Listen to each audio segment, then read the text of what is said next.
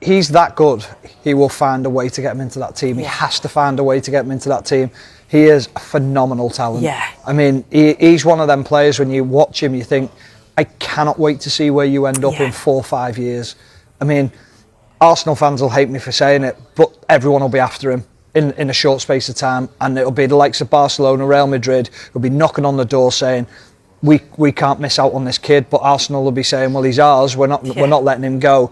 But he is a special talent. I just find it incredible that he come up with a stat of a question that he's completed 5 dribbles as a 17-year-old. It's incredible what people find now, isn't it? And to be fair to him, his movement was brilliant. It was the movement of a striker, like you say. Whether that's something he's going to use going forward, I'm sure it's going to be another option for him, because you've got the players that can get the deliveries into the box. If his movement is good and that presence up there, it's different. But of course, Mikel Arteta, I'm sure, would have preferred to have had the options, because they've been so unfortunate with injuries in that attacking lineup. Ideally, they would have brought somebody in the transfer window, but couldn't obviously find the right one that they wanted. Just on what Sue said there about movement then, how difficult is it to adapt to be playing as a striker? And is the biggest difference, quite obviously, the fact that you're just not as good a finisher as a natural centre forward? Tried all my career, Rob.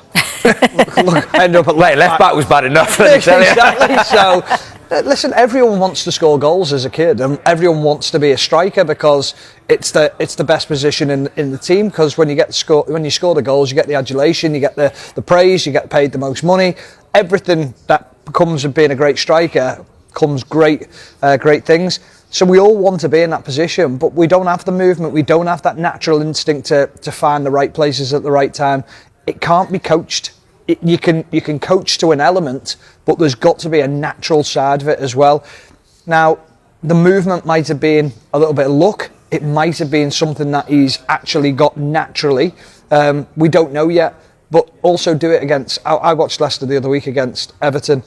The 2 centre-backs were awful. I know Vestergaard didn't play in the game at the weekend, but I look at them and I think they're not the best defensively, so you are going to get space in the box. They are going to switch off. Now you've got to do it against the top teams. Can you do it when you're under pressure as well? Because there wasn't much there was an element of pressure because you want him to come off the bench and score, but yeah, you've got to do it against that was the the difference between the Manchester United bench when you looked at theirs, full of young players. When he needed something to change, he didn't have that, and that's what Ange Postecoglou's had to deal with and tried to deal with for a number of months now. So it's not just the starting 11 that it affects, but it is also, like you say, not having that ability to change things. And yeah, you just looked at it, and the 2 teams that they're in a position that you don't expect to see them in. They're 2 teams that desperately needed to get 3 points, and it was a game that could have gone either way. Obviously, Manchester United had their opportunities, and I think the big difference was Tottenham were able to take them. But yeah, having Vicario back in there as the solid goalkeeper, made some real important key saves, and like you mentioned, Maddison, but then also having those players on the bench that you can start bringing back. So you just think as the others start coming back as well, they'll hope that they can start creeping up the table. Arsenal is currently dealing with a series of injuries affecting key players. Defender Takahiro Tomiyasu has undergone surgery on his right knee and is expected to miss the remainder of the season. This adds to the club's injury woes, with Bukayo Saka, Kai Havertz, and Reece Nelson also having undergone surgeries in 2025, and Gabriel Jesus sidelined due to a second ACL injury. Manager Mikel Arteta has not provided specific timelines for their returns.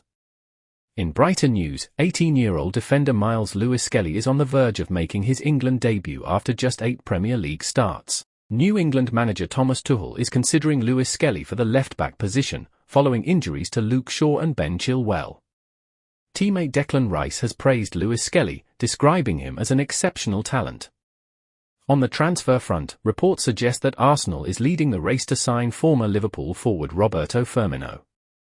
Firmino, currently playing in Saudi Arabia, is reportedly keen on returning to the Premier League, with Arsenal emerging as a potential destination. Additionally, the club is eyeing Newcastle United's Alexander Isak, though a transfer fee of around £80 million may be required to secure his services. I was going to say to you, as a coach, does that get your juices flowing, trying to solve a problem like you decimated up top of them? Yeah, because, I don't want to look, I understand the narrative